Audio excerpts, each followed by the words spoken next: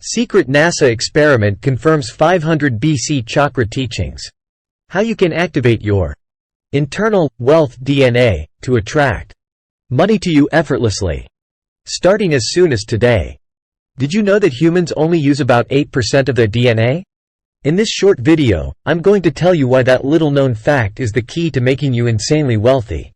Because once you realize what's going on with the other 92% of your DNA, you'll understand that everything you've been taught about building wealth and making money has been dead wrong. Because the truth about attracting wealth lies inside that dormant DNA. The 92% of DNA that mainstream scientists used to refer to as junk DNA. But I can assure you that none of your DNA is junk. And in this presentation, I'm going to share how a chance encounter with a rogue NASA scientist allowed me to discover the existence of something we call wealth DNA. And this is actually part of the dormant DNA that makes up 92% of your being. Which means the answer to your money problems isn't some external solution you have to go searching for. It's something that's already inside you. And once you activate this DNA inside you, money worries will be a thing of the past, giving you a life of true freedom and an unshakable sense of security.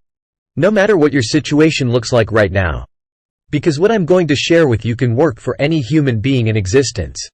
And the best part is, once I show you how to activate your wealth DNA, money will flow into your life effortlessly. And while I understand that probably sounds too good to be true, just wait until I reveal the secret NASA experiment in this short video today. Because you'll see that science has proven what Eastern spiritual teachings have claimed for centuries.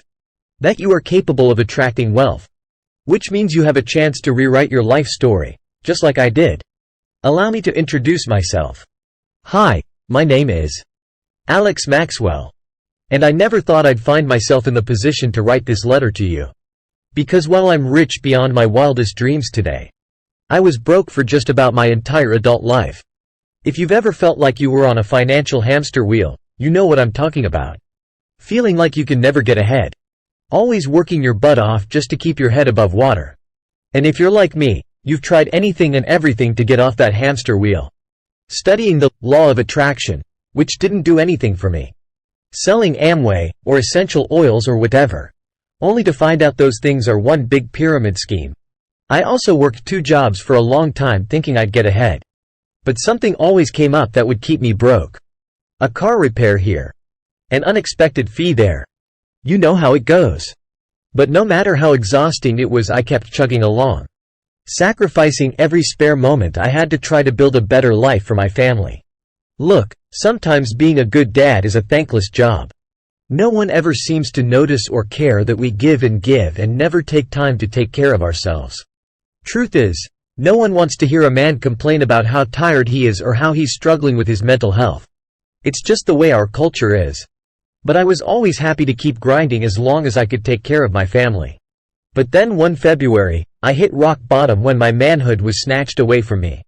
You see, just a few years ago I couldn't even afford to buy my youngest daughter Alexis anything for her birthday.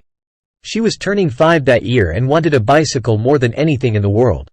But I had to choose between the bike she wanted or paying the heat bill. And the heat bill won. It was humiliating enough to try and beg and borrow the money before her birthday arrived. But in the end, it was my older daughter Jenny's 16-year-old boyfriend who ended up fronting the cash. Just so I could afford to buy a kid's bike at Walmart. And avoid crushing my little girl's heart on her special day. And if that weren't humiliating enough, the conversation I heard between him and my daughter was a dagger to the heart. When we get married and have kids, I'll never let this happen. We won't be poor like your dad. And I sure as hell won't be borrowing money from a 16-year-old waiter. I'm gonna be a real man. The worst part is that he was right. I mean, what kind of man can't provide for his family? I can tell you at that moment that I didn't feel like a man. And it was right then and there I vowed to get myself out of the crummy financial situation that I was in. Thing is, I'd tried everything I could think of to pull myself up by the bootstraps. Not knowing what to do, I decided to go for a drive. For whatever reason, I decided to go to a local dive bar and just be alone. After downing a couple $2 Bud Lights, I couldn't help but notice one guy at the end of the bar. He kept pulling a piece of paper out, putting it back in his bag over and over again. And every time he'd just shake his head and rub his face wearily. Now I'm not sure if it was the universe, God, or some weird energy. But something told me to go sit and chat with this guy. So I walked over and introduced myself, and he told me his name was Jim. I could tell he'd had quite a few drinks, and it smelled like the hard stuff too. Next thing I knew, the conversation was flowing and we were chatting like old buddies. I was starting to feel pretty good from the beers, so I ended up spilling my guts to him about my whole humiliating day. Apparently, things weren't going much better for him. He told me he'd recently been fired from his job, but he also didn't seem too worried about it. When I asked him where he got fired from, he got all weird and said that it wasn't important.